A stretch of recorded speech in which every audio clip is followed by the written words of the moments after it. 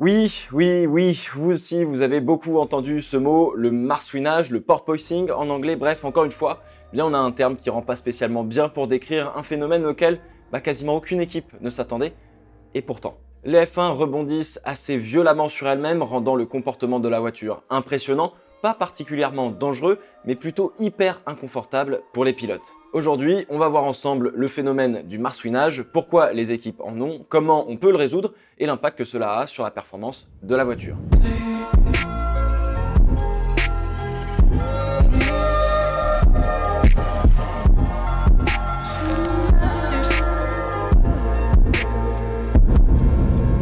Alors avant de rentrer directement dans le phénomène de marsouinage, on va revoir les bases de l'aéro en Formule 1. L'aérodynamisme, on s'en sert pour augmenter l'adhérence de la voiture et augmenter sa capacité à fendre l'air pour aller le plus vite possible. On veut le plus d'appui, mais le moins de traînée. Et généralement, faut trouver un compromis entre les deux. Du coup, comme on cherche souvent à être performant dans notre débilité, on a cherché dans d'autres domaines comment améliorer notre voiture, nos voitures, etc. Et c'est pas qu'on regarde nos cousins de l'aviation qu'on se rend compte qu'on pourrait peut-être reprendre un ou deux petits trucs. Une aile d'avion a un profil particulier. L'air qui glisse au-dessus de l'aile doit faire plus de chemin que celui qui glisse en dessous pour que les deux se rejoignent derrière l'aile. L'air au-dessus doit donc aller plus vite pour être à l'heure au rendez-vous avec son pote du bas. L'air au-dessus crée donc une dépression et aspire l'aile vers le haut. On parle alors de portance. Donc non, les avions ne glissent pas sur l'air, mais volent en se faisant aspirer. Bon alors, je simplifie grandement, mais vous avez capté le délire. Alors du coup, si un avion se fait aspirer en l'air et que cela décharge les roues jusqu'à ce qu'elles ne touchent plus le sol, pourquoi est-ce que l'on ferait pas l'inverse pour nos voitures? Et bam, on vient de créer les ailerons, des petites ailes qu'on va mettre à l'avant et à l'arrière de la voiture. Au lieu d'aspirer vers le haut la voiture, en fait, on l'aspire vers le bas. Donc oui, les ailerons appuient la voiture au sol par le dessous, on va dire, de l'élément. Alors bon, ça c'est cool, mais en vrai, deux ailerons, clairement, c'est pas assez. Du coup, Colin Chapman, lui, il débloque totalement d'un coup et il se dit « Et si la voiture entière était une aile d'avion inversée ?» Boum, les wing cars sont nés et on se sert donc de l'effet de sol pour avoir un appui énorme. Bon alors, effet de sol, c'est un petit peu un abus de langage, mais oui, on vous a entendu au fond de la classe, là les relous, ça va. Alors grosso modo, on se sert d'une forme de demi-sablier à plat pour le dessous de notre voiture. On fait rentrer beaucoup d'air qu'on va faire passer dans un petit espace et le faire ressortir dans un grand espace. Du coup, on oblige l'air à s'accélérer encore plus entre la forme du dessous de la voiture et la piste. Et ce qui est génial avec ça, c'est que plus on va vite, plus on va générer d'appui, et plus on sera rapide en virage, donc la mission, elle est accomplie.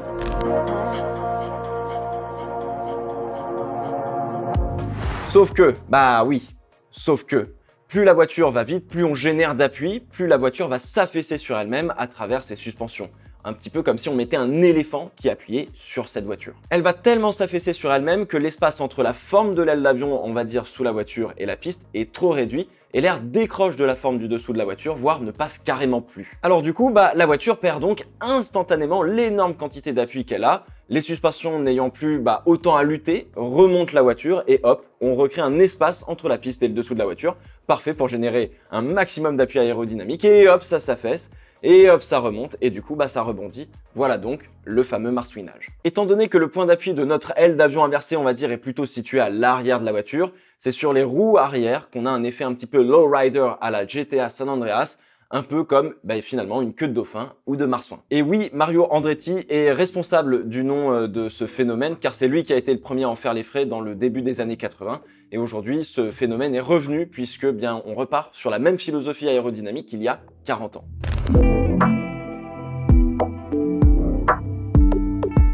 La vraie question, c'est pourquoi les équipes n'ont pas vu arriver le marsouinage. Avec les souffleries, les super ordinateurs pour faire des calculs de mécanique des fluides dans tous les sens et les millions d'euros dépensés, comment c'est possible de passer à côté de ça? Eh bien en fait, reproduire parfaitement la réalité, que ce soit en soufflerie ou sur ordinateur, c'est tout simplement pas possible. En soufflerie, les maquettes sont plus petites, quasiment 2 fois plus petites qu'une vraie F1. On est sur une échelle à 60% de la taille réelle de la voiture.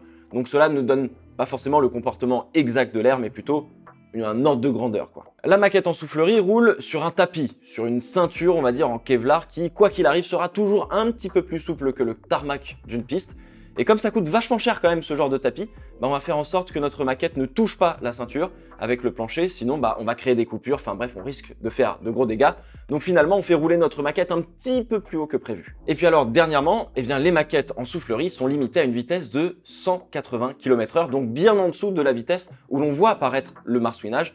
Donc en soufflerie, bah, c'est très compliqué de pouvoir reproduire ou voir le marsouinage. Alors probablement que sur les outils de CFD, les ordinateurs, vous savez, qui calculent la dynamique des fluides, etc., on a du mal aussi à reproduire ou voir ce phénomène, mais là j'avoue que j'en sais pas vraiment plus. Et alors là, vous allez me dire, bah ouais, mais il y a 40 ans, les pilotes et les voitures, bah ils ont expérimenté ce problème, alors pourquoi ils n'y ont pas fait attention? Alors je suppose que les équipes étaient plus concentrées sur créer le plus d'appui aérodynamique que de voir si on allait avoir un potentiel problème d'avoir trop d'appui aérodynamique, parce qu'on veut toujours plus d'appui aérodynamique. Et puis quand on recherche de la performance, on se concentre sur ce qui pourrait bien se passer plutôt que de chercher ce qui pourrait nous poser des problèmes au final.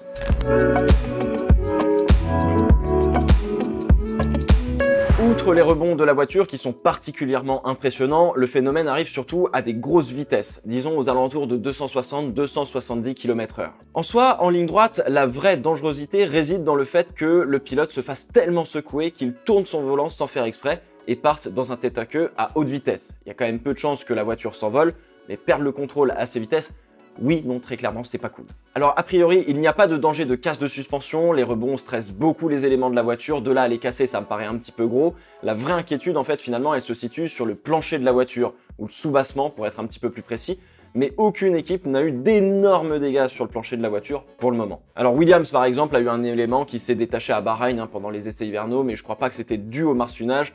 Encore une fois, ne jamais dire jamais, les équipes peuvent renforcer cette partie, justement avec du titane par exemple et d'autres formes, on va dire, d'autres métaux. Alors pareil pour le pilote, à part ne pas être confortable, aucun ne s'est retrouvé avec un énorme mal de crâne ou de grosses courbatures impossibles, etc. Et vu comment ils ont enchaîné les tours, là aussi on peut avoir peu d'inquiétude, on va dire, donc d'un point de vue strictement médical, pour le moment, tutto bene, mais les pilotes se feront probablement un petit peu secouer de temps en temps. La difficulté finalement pour le pilote, en se faisant autant secouer, c'est d'avoir du mal à prendre son point de freinage quand il arrive en bout de ligne droite. En revanche, des virages à haute vitesse où on passe à plus de 260 km/h, oui, il y en a, et oui, on a vu du marsouinage dans le virage 12 à Bahreïn.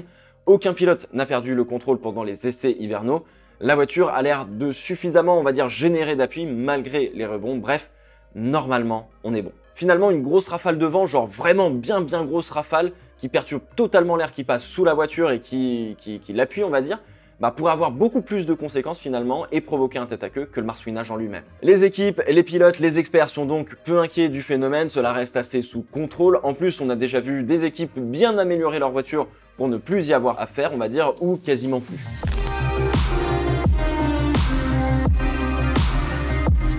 Avant de résoudre ce problème, il faut voir à quel point cela gêne la performance de la voiture et du pilote. Si vraiment on perd de la performance en résolvant le marsouinage, alors il faudra un petit peu s'en accommoder et garder notre réglage qui fait aller plus vite malgré ce marsouinage. On va avoir des réglages de la voiture qui vont provoquer ce marsouinage mais qui vont faire en sorte que la voiture aille plus vite et d'autres réglages qui vont l'effacer et peut-être rendre la voiture un petit peu moins rapide. Le tout finalement c'est de trouver encore une fois le bon compromis et si possible d'être rapide sans le marsouinage. Alors pour résoudre ce phénomène, eh bien on n'a pas 40 solutions. Grosso modo, enlève de l'appui aéro à ta voiture et hop, tu devrais limiter ou carrément effacer cet effet. On l'a vu, certaines équipes et certaines voitures avaient du marsouinage lorsque le DRS était fermé et ne plus en avoir le tour d'après lorsque le DRS était ouvert. Alors les bosses naturelles de la piste sont des facteurs aggravants, on va dire, qui peuvent justement déclencher le marsouinage ou l'accentuer. Plusieurs pilotes ont pris des trajectoires un petit peu différentes en dehors des bosses en fin de ligne droite avant la zone de freinage pour essayer finalement de limiter un petit peu ce phénomène. Bon alors du coup, moins d'appui et hop, on n'a plus de problème. Sauf que, bah oui, sauf que, c'est inconcevable qu'on enlève de l'appui aérodynamique à notre voiture car on va perdre de la performance dans les virages et donc être moins rapide sur notre chrono.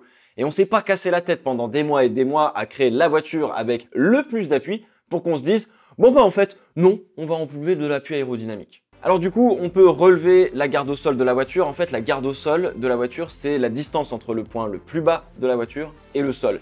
Généralement, plus la garde au sol est basse, plus on maximise le fonctionnement de nos tunnels Venturi sous la voiture et donc on génère beaucoup d'appui aérodynamique en conséquence. Mais alors si on relève la garde au sol, oui, on efface le marsouinage, mais par contre, on perdra un petit peu d'efficacité de nos tunnels Venturi.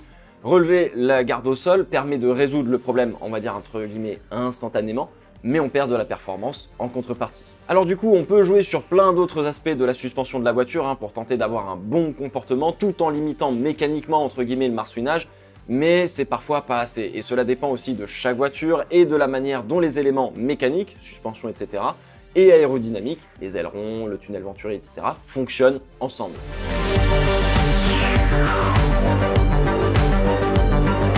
A priori, nos tunnels venturi génèrent beaucoup d'appui aérodynamique, même trop du coup. Donc le dessous de la voiture, on va pas vraiment y toucher. La solution réside dans les bords du plancher de la voiture, comme la forme finalement des bords va influencer le fonctionnement du dessous du plancher et des tunnels venturi. C'est pour cela que les équipes vont énormément travailler et ont déjà beaucoup travaillé sur les bords du plancher de leur voiture. On voit des découpes, des petites winglets, des vagues même, et tout cela pour créer finalement des flux aérodynamiques spécifiques, généralement des vortex, pour à la fois enfermer l'air qui passe sous la voiture et en même temps éviter le phénomène de marsouinage. Et pour l'instant, eh bien, c'est la McLaren qui a l'air d'avoir une toute petite longueur d'avance dans la résolution de ce problème. Chaque écurie, de toute façon, va apporter de nouvelles améliorations sur leur plancher de voiture, et ce pendant toute la saison. Celle qui maximisera à la fois la performance de son plancher tout en ayant une garde au sol le plus bas possible, la plus basse possible, devrait être une des voitures qui devrait se retrouver sur le devant de la grille.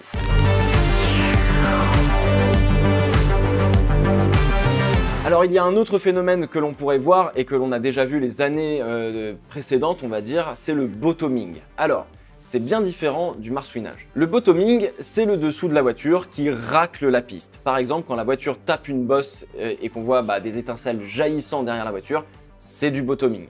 On a vu la Red Bull en début de week-end, généralement les années précédentes, avoir beaucoup de bottoming de manière continue en ligne droite. Là, dans ce cas, la garde au sol de la voiture est peut-être réglée un chouïa trop bas. Alors forcément, avoir un frottement avec le sol, c'est pas idéal. Cela va pas pour autant drastiquement vous ralentir en ligne droite, mais c'est vrai que c'est pas idéal. Du coup, eh bien en virage, vous êtes parfait, quitte à frotter un petit peu en ligne droite. En revanche, le bottoming ne provoque pas de rebond et c'est bien différent du coup du marsouinage. Pour conclure, le marsouinage, ça rebondit, le bottoming, ça racle.